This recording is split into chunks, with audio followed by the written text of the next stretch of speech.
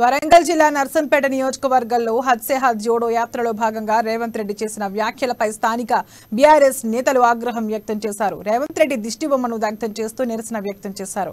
ములుగు పాదయాత్రలో భాగంగా రేవంత్ రెడ్డి ప్రగతి భవన్ ను పేల్చేయాలని వ్యాఖ్యానించారు. కేటీఆర్ పై అనుచిత వ్యాఖ్యలు చేశారని బీఆర్ఎస్ నేతలు చెప్పారు.